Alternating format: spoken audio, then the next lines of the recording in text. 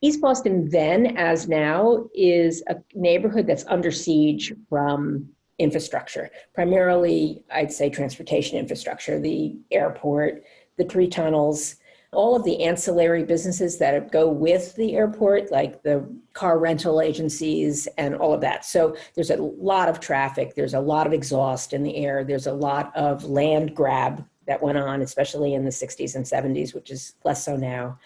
Noise pollution is a big problem. Jet fuel being spilled into the harbor was a big issue back in the 70s. I'm not quite sure whether they've figured that out.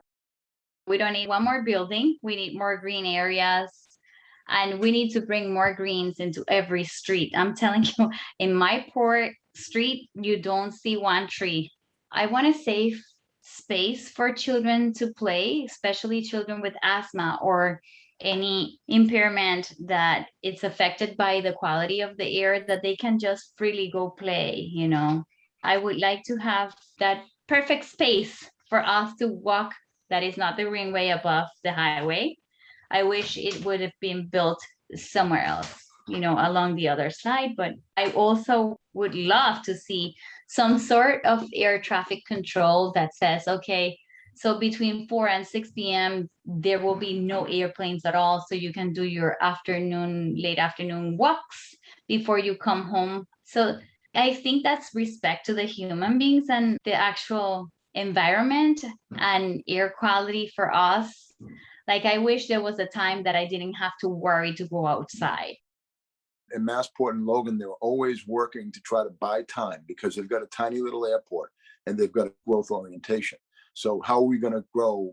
How are we going to process 50 million passengers? How will we process 60 million passengers? They don't tell you that they're doing this, but if you look at the segmented work plan, you see that they're actually trying to stay ahead of the curve. They're always investing another billion in something else, right? So our relationship with Massport, it really hasn't been great for about 30 years now. And so as the airport began to be the big octopus that was beginning to sort of gobble up the neighborhood, there needed to be a pushback, and we joined those forces to try to bring more programs and services and activities to the neighborhood so people wouldn't feel like, gee, I got to leave here because if I don't leave, I have no life. They took away what I had. The airport took it over.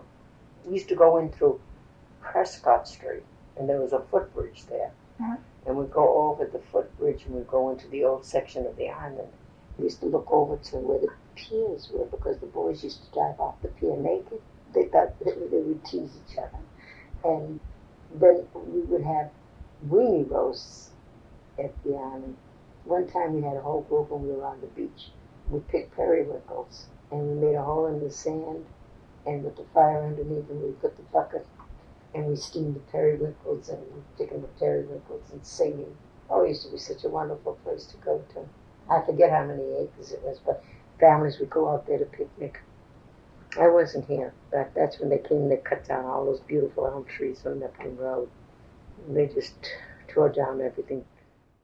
So right now, Massport's side of things is that the economy cannot afford to not have this airport. They claim $16.5 billion in economic impact. They will come out with a report, and then they'll go to the politicians and say, $16.5 billion. This is our state's economy. We care about the environment. We care about pollution. We will find a way to do this, and we're working on it. We're doing this, we're doing this, we're doing this, we're doing all these different things. We got electric buses, for God's sakes, right?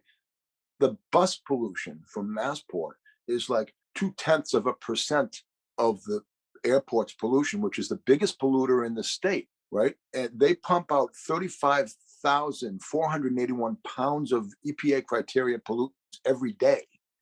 Nothing wrong with an economic initiative. It's not economy versus ecology. I think economy is based in ecology, and that should include people and the rest of nature. And if you don't see it that way, I think it's a narrow view of the economy that you have, and it's likely to fail in the long run. We already see flooding happen, and during king tides, you can see we're right at the brink. Some people are thinking short-term and short-term returns, and it doesn't matter what happens in the long term. But I think it's possible for us to have economic vibrance and ecological responsibility. I think it's possible to do it all.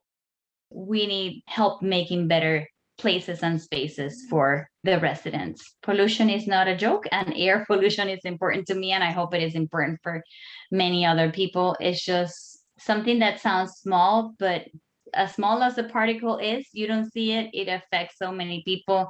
So I want whoever listens to this to understand that it is serious, and maybe some people that will get sick and they might never know what caused it, and it might be what we knew could have happened, and we always said, oh, but it won't happen to me. It can happen to you because it happened to me.